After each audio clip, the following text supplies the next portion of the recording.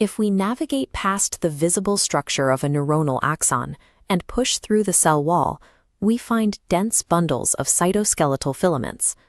Zooming in further reveals individual microtubules, intricate spiral protein lattices that give the cell its structural integrity.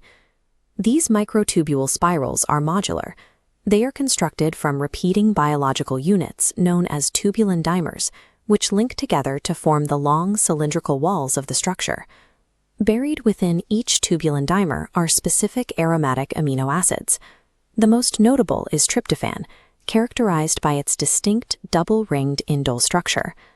Biophysicists frequently use tryptophan as a fluorescent reporter. It naturally absorbs ultraviolet light at a specific wavelength of 280 nanometers and then emits that energy as measurable fluorescence. In massive biological structures like microtubules, tryptophan does not exist in isolation. The repeating dimers interlock to form highly ordered lattice meganetworks containing tens of thousands of individual tryptophan chromophores packed tightly together. Classical biophysics dictates a standard rule for this kind of dense packing. When you crowd fluorescent molecules together inside a complex protein environment, their overall fluorescence decreases. The molecules interfere with each other and dissipate energy locally, a process known as quenching.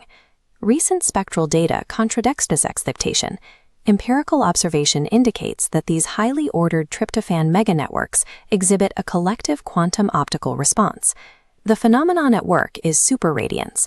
In a superradiant state, a tightly packed network of molecules interacts with light cooperatively, resulting in a collective radiative decay rate that vastly outpaces the emission rate of a single isolated molecule. Because the molecules act as a unified, phase-locked system rather than individual optical emitters, this quantum cooperativity effectively circumvents local quenching and enhances the overall fluorescence of the biological structure. Confirming superradiance in a vacuum at absolute zero is difficult. Observing its survival in the warm, chaotic interior of a living cell suggests a level of organization that exceeds classical predictions. To understand this, we use quantum yield, the ratio of emitted to absorbed photons. The yield balances radiative emission and non-radiative heat dissipation. A baseline tryptophan molecule in water has a 1.9 nanosecond lifetime, yielding roughly 13%.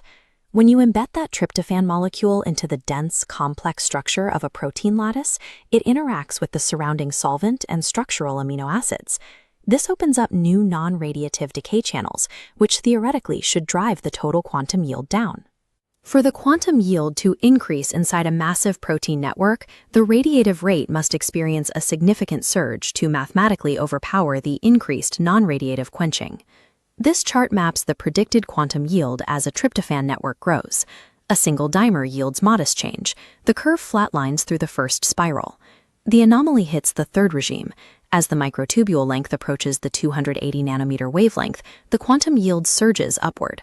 This surge has a direct physical cause. As the lattice hits this threshold, the UV-excited dipoles begin to phase-lock cooperatively. This synchronized interaction creates a collective superradiant state, drastically increasing the radiative rate of the entire architecture. The geometry of the network itself dictates the biophysics. These physical dimensions are the specific criteria required for the transition into macroscopic quantum cooperativity. Microtubules are large, but cells organize them into even more massive architectures, like centrioles and the long axonal bundles inside human neurons. These graphs plot theoretical superradiant scaling for neuronal microtubule bundles. Tracking cross-sections, we calculate emission rates from 7 to 91 microtubules. Superradiance scales exponentially, but eventually flattens, approaching a strict saturation limit determined by the 280 nanometer wavelength. These specific cellular structures are not scaling indefinitely. They are operating precisely at the asymptotic limit of this quantum optical scaling law. A theoretical model of a perfectly ordered lattice is useful, but asserting that quantum mechanics operates effectively inside living structures requires hard empirical data. This table presents fluorescent spectroscopy on biological samples. Free tryptophan yields 12.4%. Forced into a dimer, yield drops to 10.6% due to classical quenching. The critical point is the microtubule row. When assembled into a complete lattice, quantum yield leaps to 17.6%. The spectroscopy matches the theoretical model. The experimental data confirms that macroscopic quantum superradiance is observable and measurable in real biological proteins. We still have to address the thermal environment. Delicate quantum states typically require extreme isolation. Otherwise, the warm, wet environment of a cell should cause immediate thermal decoherence. We can model this chaotic environment through static structural disorder, time-independent fluctuations of the excitation energies across the lattice caused by the surrounding cellular heat and water. In a perfectly ordered, absolute zero system, the network generates a single, massive superradiant energy spike.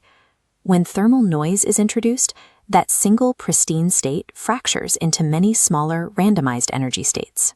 This fracturing destroys the absolute maximum superradiance of any single isolated state. The question is whether this thermal fracturing completely eliminates the macroscopic quantum yield enhancement we just measured in the lab. This graph tracks the modeled quantum yield under varying intensities of structural disorder, W. The blue line tracks 200 inverse centimeters, equating to physiological room temperature. This curve is virtually identical to the zero disorder baseline. The overall macroscopic yield is unaffected. The superradiant dipole strength fractures, but doesn't vanish. It is distributed across energy states clustered within the thermal envelope. Because this distributed strength remains trapped inside this envelope, the thermally averaged radiative decay rate of the entire network stays highly elevated. Thermal noise distributes the quantum cooperativity across multiple states, but it does not destroy the network's overall superradiant capacity.